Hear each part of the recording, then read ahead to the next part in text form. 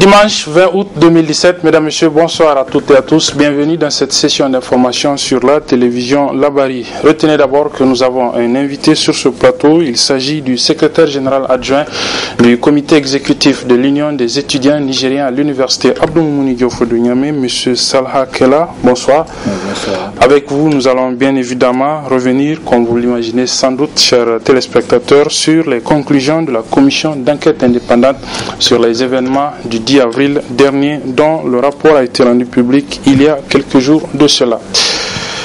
Avant, sachez que la décision des autorités régionales de la région de Niamey consistant à fermer les lieux de distraction aux abords du fleuve Niger, notamment le célèbre endroit appelé Pilule et tous les autres, continue d'être saluée dans l'opinion. C'est ainsi que les associations islamiques des jeunes de l'Afrique de l'Ouest qui sont en réunion ici à Niamey ont salué cette décision dans une déclaration résumée ici pour nous par nos reporters Ibrahim Abdou et Nasser Dantouf. Elles sont plusieurs structures, membres des associations islamiques du Niger et de l'Organisation de la jeunesse musulmane en Afrique de l'Ouest à rendre publique cette présente déclaration. Celle-ci pour saluer l'initiative du gouverneur de la région de Niamey de mettre fin aux activités de la pilule de Gorou-Kirei. Salue le courage et le sens de responsabilité du gouverneur de la région de Niamey pour la prise de la décision historique de fermeture des lieux de promotion de débauche que sont les plages du fleuve Niger aux abords de la capitale, notamment la tristement célèbre pilule de Gourou. Allah dit Allazina in makkannahum fil ard aqamu as-salat wa atu az-zakat wa amru bil ma'ruf wa nahaw anil munkar walillahi aqibatul umur. Suratul Hajj. Ceux qui, si nous leur donnons le pouvoir sur terre, accomplissent la salat, s'acquittent de la zakat, ordonnent le convenable et interdisent le blâmable. Cependant, l'issue finale de toute chose appartient à Allah. Surat Al-Hajj 22, verset 41. Félicite, encourage et soutient les autorités administratives communales et régionales pour avoir répondu aux attentes et aux appels des parents et de l'ensemble de la population qui observent impuissamment cette déchéance morale au nom des activités récréatives. Constate avec satisfaction le renforcement des patrouilles en vue de prévenir les crimes et la prostitution, en particulier celle des mineurs.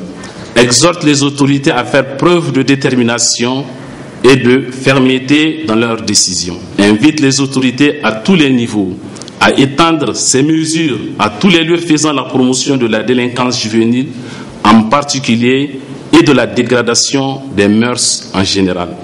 Prie Allah subhanahu wa ta'ala de protéger et d'éclairer davantage le gouverneur et ses collaborateurs dans leur mission. L'occasion a également été saisie par ces jeunes musulmans pour encourager les forces de défense et de sécurité dans l'exécution de ces mesures sanitaires, car toujours selon eux, aucune renaissance culturelle ne serait possible dans la déchéance morale. Du sport à présent avec cette rencontre de revoir organisée en l'honneur d'un des membres du club Maracana Football Club de Issaberi. Il s'agit de M. Sadio Cissé qui était jusqu'alors directeur général de la BOA Niger. Il quitte le Niger donc, son club de Maracana dans lequel il joue donc, a tenu à organiser une rencontre pour lui dire au revoir mais aussi lui remettre un témoignage officiel de satisfaction. Résumé de cette cérémonie avec nos reporters Sadou Doumi et Abdelrazak Hamidou. C'est un match de gala en l'honneur de Sadio Cissé, désormais ex-DG de la BOA Niger pour son départ après sa mission.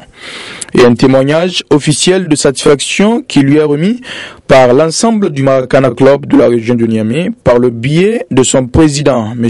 Amadou Saïbou, et du vétéran Amfideni, pour son soutien indéfectible et pour service rendu à l'association. Sadio Cissé est membre à part entière de ce club depuis plus de 5 ans. J'ai fait 6 ans, je n'ai pas vu les 6 ans passer parce que ça a été agréable du fait que tout le monde m'a ouvert les bras. Donc j'ai été accueilli comme vraiment un frère et j'en suis reconnaissant. Je voudrais effectivement remercier en l'occasion tous les Maracaniens qui m'ont ouvert effectivement leur cœur et leurs bras. Votre engagement à nos côtés pendant toutes les épreuves que le Maracana Issa Berry a traversées témoigne votre sens de solidarité et de fraternité par rapport d'abord aux membres du Maracana et ensuite cette solidarité et cette fraternité qui relie les deux peuples maliens et nigériens. Mais ce qui est sûr aussi, c'est votre personnalité qui nous a beaucoup marqué. Votre personnalité, dans sa simplicité, votre sens élevé de sagesse témoigne votre abnégation à poursuivre à la consolidation de l'unité africaine. Au Maracana, on s'amuse. Et moi, je crois que c'est la première des choses à faire, c'est de bien s'amuser d'abord. Voilà. Sur ce, au nom de Kana Issa Berry, j'ai l'honneur de vous remettre ce témoignage de satisfaction. Le Maracana, club de Niamey, existe depuis 1986 et a constitué une vraie famille pour M. Sadio Cissé, qui n'a pas caché sa joie de leur avoir appartenu pendant toutes ces années. A noter également que des ballons ont été remis par Sadio Cissé à ce club, qu'il a tant aimé. Voilà, et puis un reportage avant notre invité, il est consacré à la vente du poisson frais au niveau de la capitale Niamey, une activité qui connaît du fait donc de cette période pluvieuse, elle connaît quelques difficultés. Le reportage est signé par une des étudiantes de l'IFTIC en stage à la radio et télévision Labari. Il s'agit de Leila Boubacar. Les images lui ont été tournées par Nasser Sedou. Connus pour leur qualité nutritive, les poissons sont consommés par bon nombre de citoyens. Cependant, cette période, ils se font rares. La plupart de ces poissons sont importés, déclarent les revendeurs. Pendant la saison chaude, on trouve en abondance du poisson frais, contrairement à la saison froide où il devient rare. Ces poissons nous proviennent de Tilaberi, Ayaru, Mali, Bouba, Liboré, Kolo et plusieurs autres. Dans cette activité, les revendeurs rencontrent certaines difficultés et ne le cachent pas. Bon, vraiment, il y a trop de difficultés parce que maintenant, le poisson, il n'y a pas le marché. Donc, il n'y a pas l'argent dans ce pays. Si même les clients, s'ils veulent le poisson, comme il n'y a pas l'argent, ils ne viennent pas. C'est pour cela que maintenant, le marché, vraiment, ça ne va pas. Mais ça, là, on passe à 2500.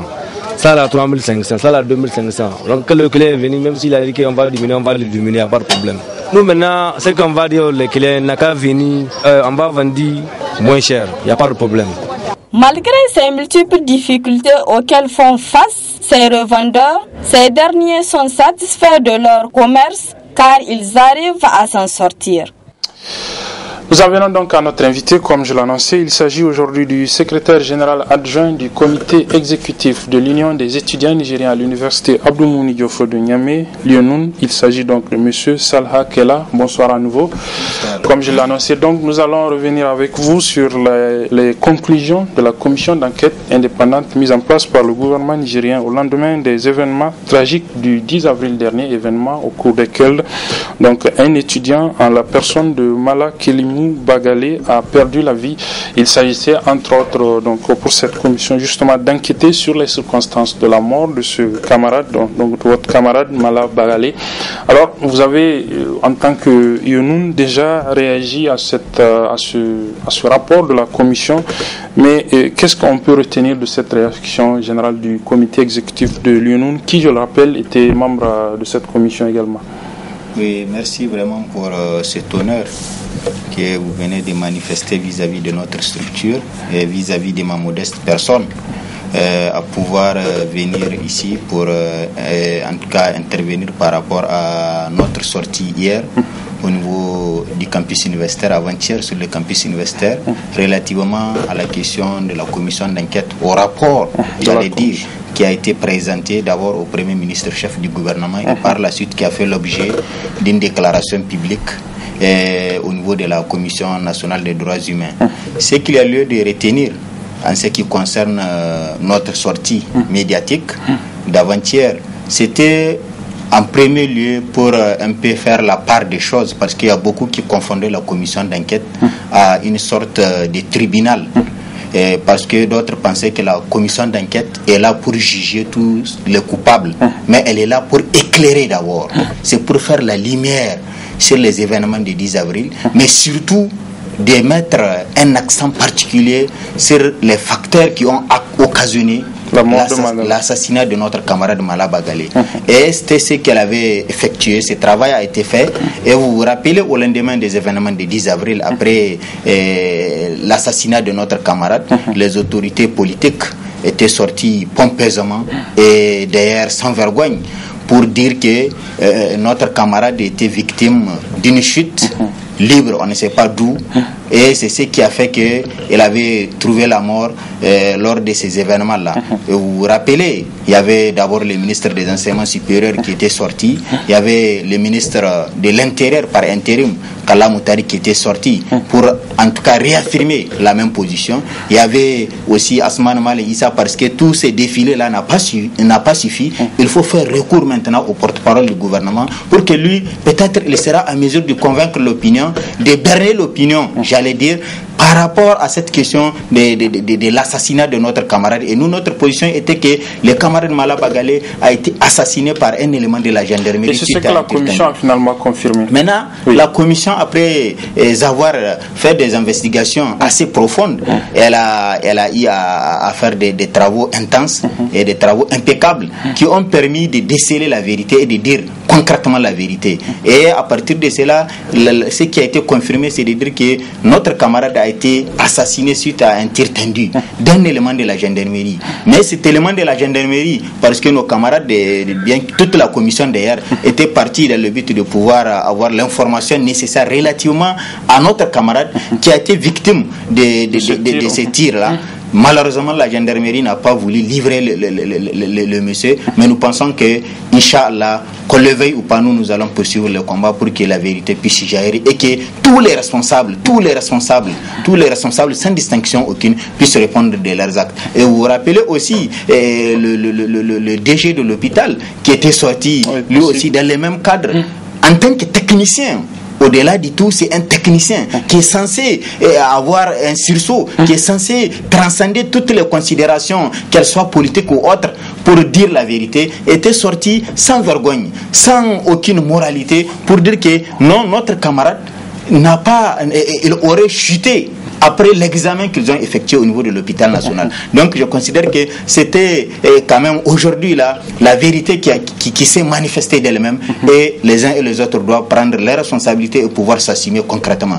Tous ceux qui sont responsables d'abord de l'assassinat de notre camarade, deuxièmement de la violation des franchises universitaires, notamment les recteurs de l'université Abdoum de Niamey, notamment si vous prenez le gouverneur de la région de Niamey, Dantan, et encore l'autre, le ministre des enseignements supérieurs de l'époque, ils doivent tous répondre de leurs actes devant les juridictions compétentes, parce qu'on ne peut pas continuer à regarder les gens quand même s'évacuer à leur occupation dans une certaine impunité sans commune mesure. Il faut que l'État, en tout cas, accepte de revenir à la raison, et que ces gens-là qui ont été responsables de ces événements-là puissent répondre concrètement de leurs actes devant les juridictions compétentes. Aujourd'hui, quels moyens vous allez vous donner justement pour contraindre l'État à prendre ses responsabilités? Parce que le souvenir que beaucoup de Nigériens gardent encore, c'est cette injustice encore par rapport aux événements du 9 février. Est-ce que pour, par exemple, ces événements du 10 avril, avec ce que cette commission a fait et qui n'a pas été fait dans le cadre, par exemple, des événements du 9 avril 90,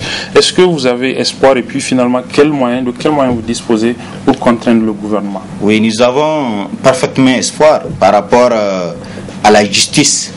Nous avons beaucoup de moyens que nous allons mettre à notre disposition et qui sont d'ailleurs à notre portée pour que la vérité puisse se manifester d'elle-même par rapport à l'assassinat de notre camarade et par rapport à ces individus-là qui sont perchés à la tête de l'État et qui jouissent totalement d'une certaine immunité, en tout cas ne leur permettant pas d'aller vers la justice. Et nous allons nous donner tous les moyens nécessaires, que ce soit les moyens de la lutte, que ce soit d'aller vers la justice.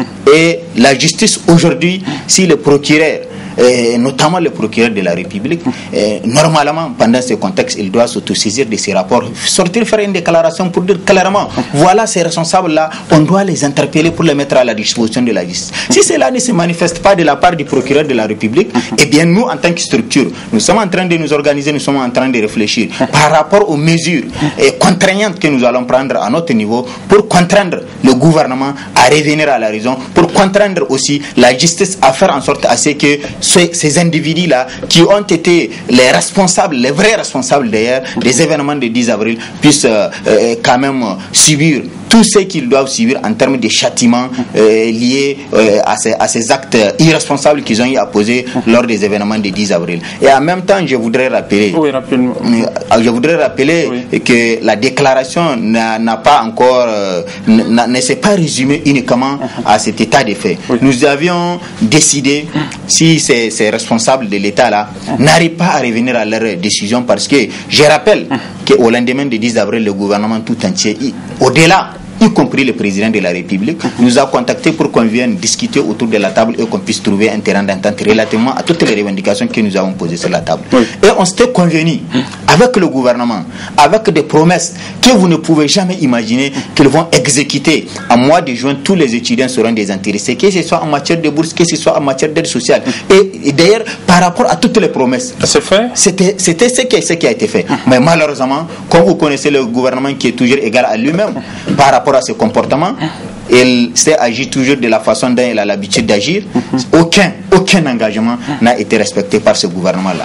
Aucun engagement. Et nous avons attiré les sonnettes d'alarme. Nous avons dit que c'est les mêmes questions d'aide sociale, c'est les mêmes questions de la bourse, c'est les mêmes questions des problèmes d'infrastructure qui ont conduit aux événements du 10 avril. Et si aujourd'hui le gouvernement va continuer à s'échiner par rapport à cette démarche qu'elle a l'habitude d'obtempérer quant aux questions des revendications des étudiants, eh bien nous sommes prêts.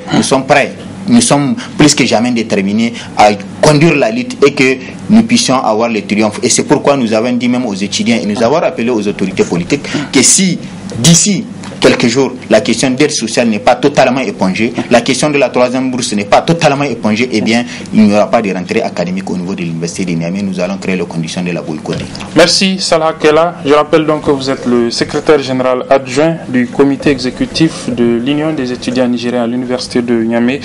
Merci donc d'accepter cette invitation de la télévision Labari. Merci également à vous, chers téléspectateurs, qui nous avez suivis. C'est donc la fin de cette édition. Merci de l'avoir suivi. Très bonne suite des programmes sur la télévision.